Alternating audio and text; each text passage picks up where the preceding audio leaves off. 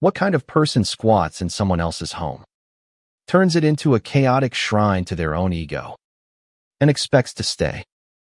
The cabin was mine. A quiet retreat in the Oregon woods. Bought with every penny I'd saved from years of grinding at a soul-sucking desk job. I'd left it locked and secure. Or so I thought, when I took a year-long contract overseas. But when I returned, the air reeked of cheap perfume and entitlement. Karen, a stranger I'd never met, had made herself queen of my sanctuary. Her name was scrawled on a tacky mailbox sticker slapped over mine, and her junk gaudy lawn ornaments, a rusted barbecue grill, and stacks of half-read self-help books sprawled across my porch like a landfill. I stood there, jet-lagged and furious, my key useless in a lock she'd changed. How does someone invade your life so completely and think they can get away with it? The forest around my cabin was silent, the pines standing like sentinels as I knocked on my own door. Karen answered, all 5'2" and 300 pounds of her, draped in a leopard print muumuu, her voice sharp enough to cut glass. Who the hell are you? She demanded, as if I were the intruder. I explained, calmly at first, that this was my property, my name on the deed, my memories carved into every knot of the cedar walls. She laughed, a grating cackle, and said she'd been taking care of the place for a year. She claimed the realtor told her it was abandoned, that she had rights now. Rights to my home. I felt my pulse hammer in my temples, but I kept my voice steady. I asked for proof. She waved a crumpled lease agreement, clearly fake, with a signature that wasn't mine. My hands shook as I pulled out my phone to call the sheriff. Karen's eyes narrowed, and she slammed the door in my face. I waited on the porch, surrounded by her clutter, my anger simmering into something colder, sharper. The sheriff arrived, a lanky man named Deputy Harris, who looked like he'd rather be fishing. Karen emerged, all crocodile tears, spinning a tale about being a single mother down on her luck, claiming I'd abandoned the cabin and she'd rescued it. Harris listened, nodding, but his eyes flicked to me, then to the deed I'd pulled up on my phone. I showed him photos of the cabin from before I left pristine. Cozy. Mine.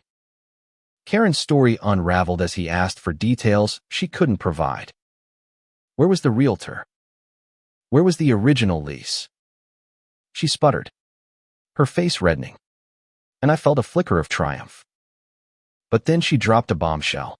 I've got a kid inside, she said, voice trembling for effect. You can't just throw us out. My stomach twisted. A child. That wasn't in the script. I followed Harris inside, stepping over piles of Karen's belongings, empty wine bottles, dog-eared magazines, and a half-eaten pizza on the counter. The cabin smelled like mildew and desperation. In the living room, a boy, maybe 10, sat on my old couch, staring at a cracked tablet. He looked up, wary, and my heart clenched. Was he really hers? Was this her trump card? Harris questioned her gently, but the kid's presence complicated everything. Karen stood smugly, arms crossed, as if she'd won. I wanted to scream, to tear down the tacky curtains she'd hung over my windows. But I held back. I needed to be smart. Harris said he'd need to verify her claims. And for now, she could stay. I was livid, but I nodded, stepping outside to breathe. The forest air was crisp, grounding me. I wasn't giving up. This was my home, and Karen was a thief. That night, I checked into a motel in town, my mind racing. I couldn't let her win. I started digging, calling the realtor who'd sold me the cabin years ago. He was baffled there was no record of any lease. No contact with Karen. I scoured public records, my laptop glowing in the dim motel room. Karen's name popped up in a local forum, infamous for scamming landlords and bullying neighbors. She wasn't a helpless single mom. She was a con artist with a trail of evictions. The kid, I learned, was her nephew, not her son, often used as a prop in her schemes. My blood boiled. But this was ammunition. I contacted a lawyer, a sharp woman named Lena who specialized in property disputes. She told me to gather evidence and stay calm. Eviction would take time, but we'd win. The next morning, I returned to the cabin, armed with Lena's advice. Karen was outside, yelling at a delivery driver about a package. I confronted her, keeping my voice even, and told her I knew her game. Her eyes widened, but she doubled down, shrieking about her rights loud enough for the neighbors to hear. That's when the twist hit.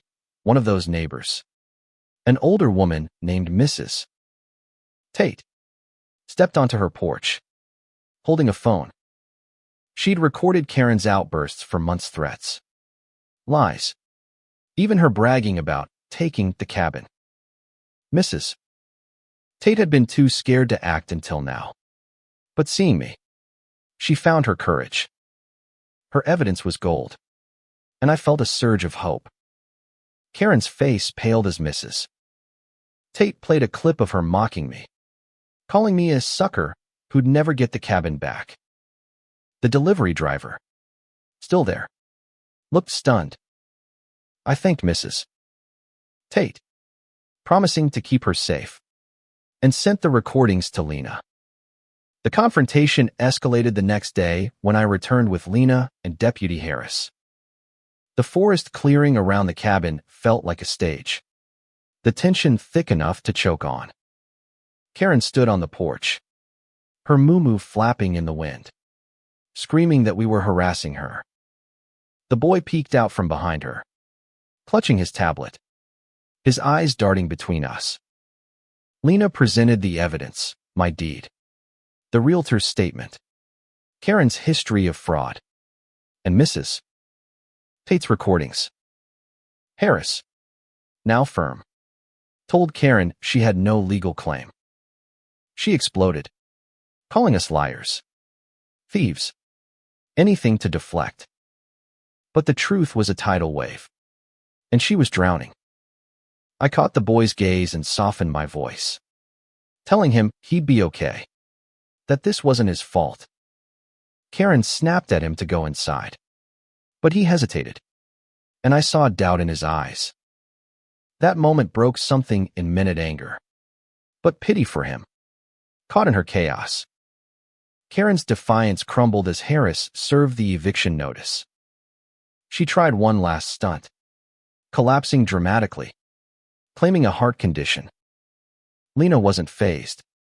She'd seen this act before.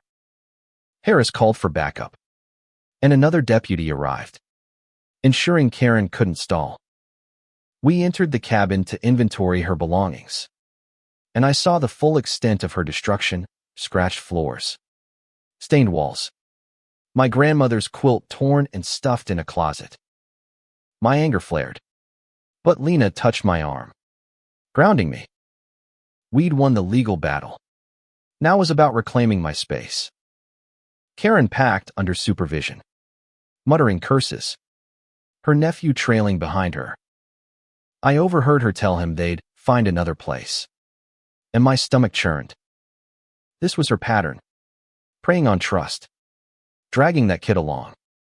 By noon, Karen's junk was loaded into a rented van.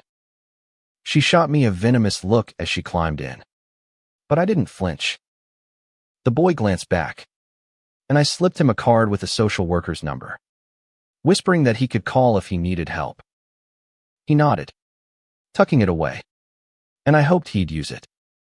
As the van peeled out, kicking up gravel, the cabin stood quiet, violated but still mine. I walked inside, the weight of the past days lifting. The air was stale, but the bones of the plasmy place were strong. I opened the windows, letting the pine-scented breeze sweep through, and started cleaning. Every scrubbed surface felt like a small victory, a reclaiming of what was mine.